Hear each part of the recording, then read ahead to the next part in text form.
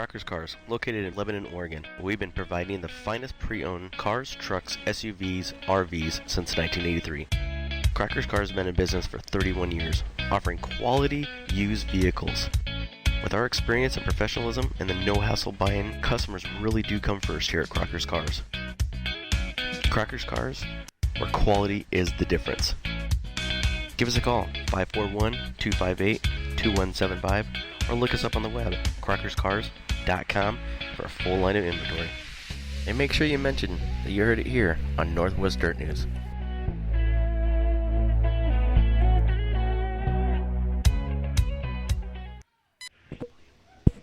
We're live. All right, for those of you listening at home on Spreaker Radio, I want to welcome you to day number 2 of the Budweiser Nationals. We're getting set to go qualifying here. Right now, the late models on the track. They are taking some hot laps. We're going to get them off the track, get them right back on to qualify. So these guys are going to have a real good idea of what the track's going to do underneath them as they go into qualifying. Pretty cool deal how they set that up this year, Mike. Yeah, this year it's going to be a whole lot more fun. Instead of getting the late models out early and then having them guess for qualifying, they're going to put them out right now, let them know what's going on. Then they'll give them a couple minutes to get in line, make a couple small changes, and then it's back to qualifying right off the bat. It's going to be it's a great way to set this up. So these guys are going to roll off.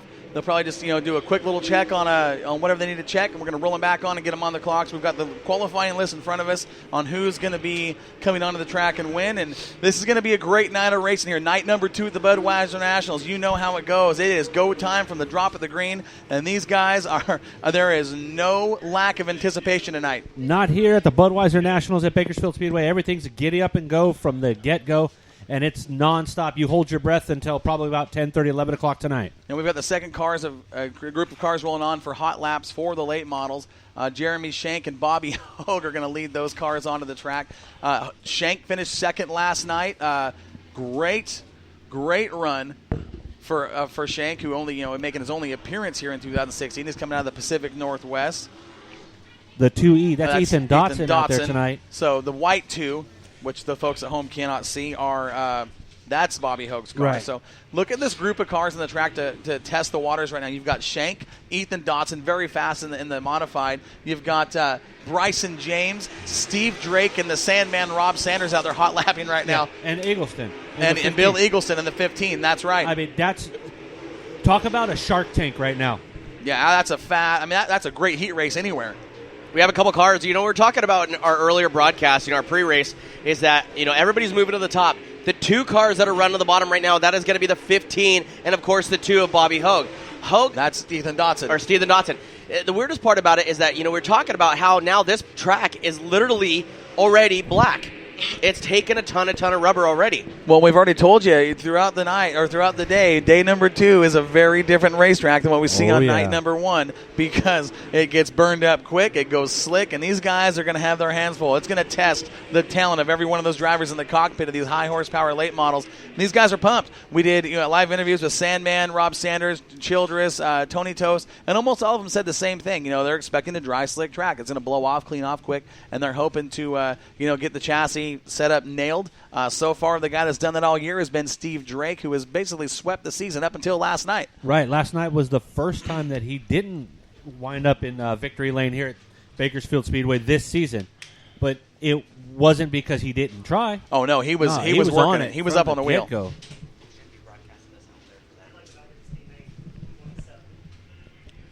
So, Josh, so far from what you've seen?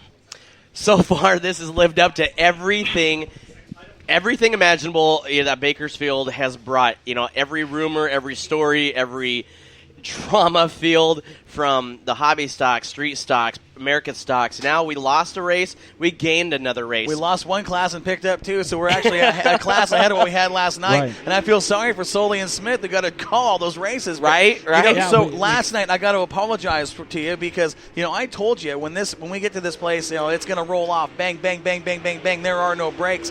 That being said, I tell Josh that for 6 months. We get down here, and they have a break in the program to do a little bit of track prep, and Josh looks at me with that look in his eye like, hey, what's this all about? I don't know, I've never seen it happen here before like that. So I'm sure that won't happen tonight because the track, looking at it from now, it's good.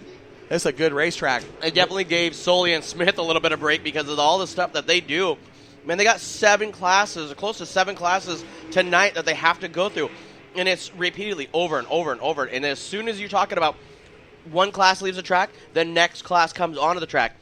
Man. Absolutely insane racing. It is. Yeah, and even more than that, it's going to be fun up here in the booth with the 3 of us, the 2 of them. We're going to be flip-flopping back and forth. It's going to look like a Chinese fire drill every 40 laps out here. Last night, Look it at looked Sully. like He's already sweating, man. This man is the hardest he working. hasn't stopped since he got here. Oh, him and Brian Smith. Brian Smith is out there giving away stuff right now, handing out koozies from Rugged Radios and decals from Rugged Radios. He's also got some 22C Mike Johnson decals he's been handing out. So this is going to sound a little weird to the listeners at home as we start our broadcast prior to qualifying. We want to welcome you guys into night number 2 of the Budweiser Nationals. We're going to start this kind of all over again as the cars roll on to qualify, but that will be when the crowd can hear us. We're up here in the Mike Mosier Tower, and right now nobody can hear us but the listeners at home. Right.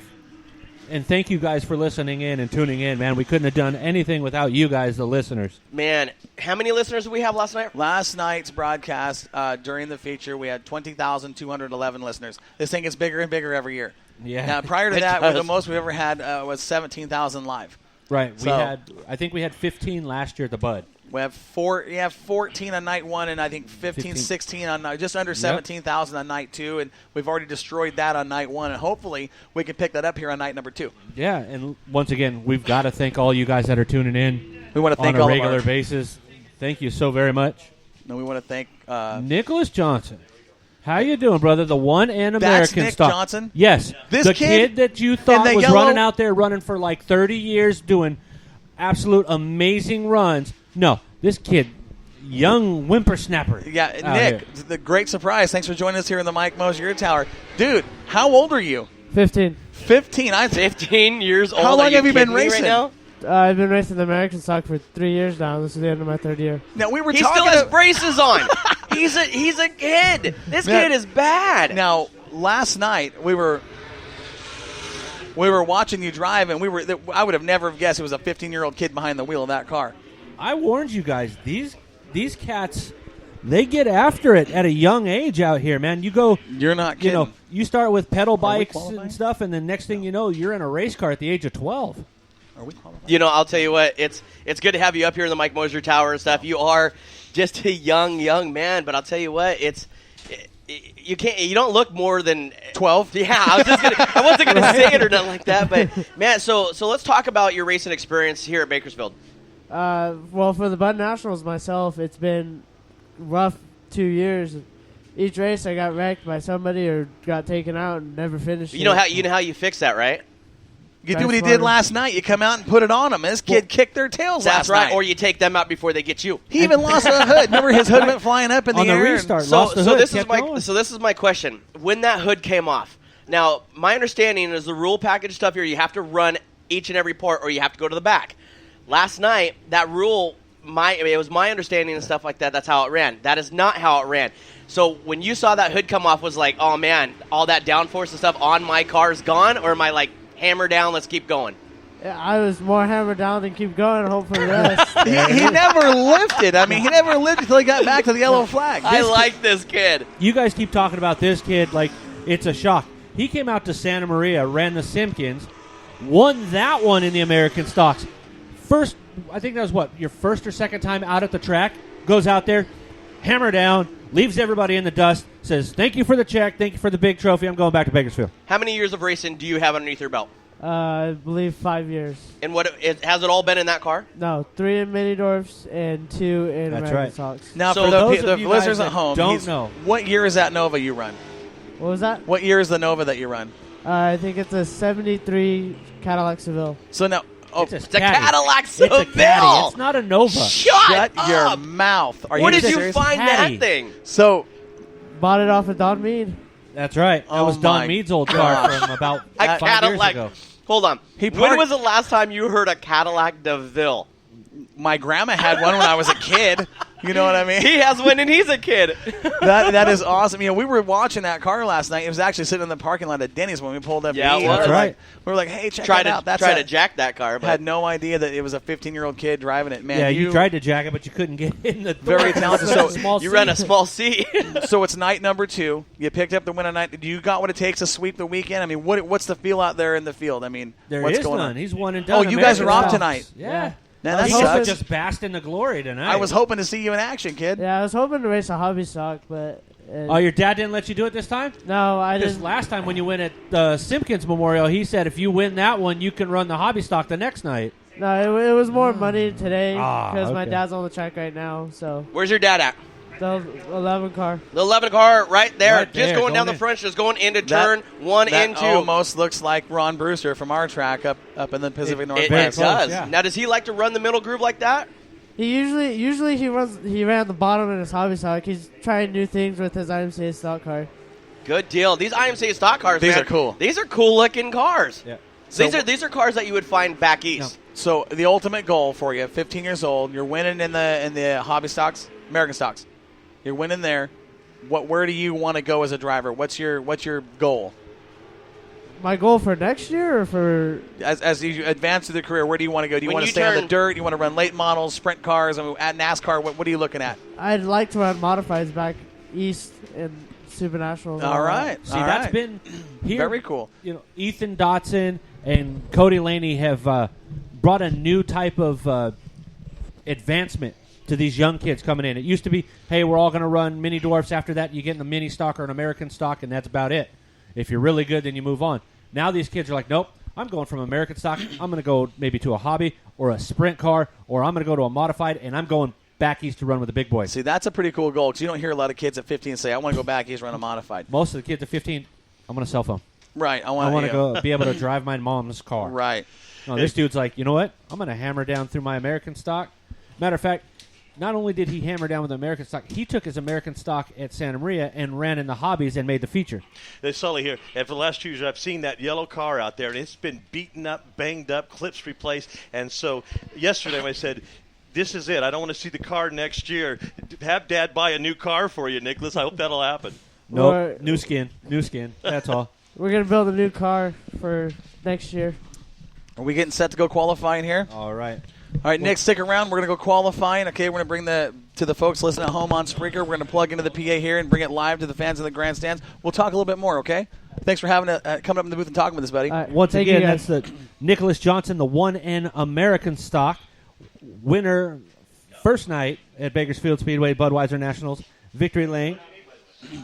We're going qualifying, right? I believe so. So do we want to go ahead and start?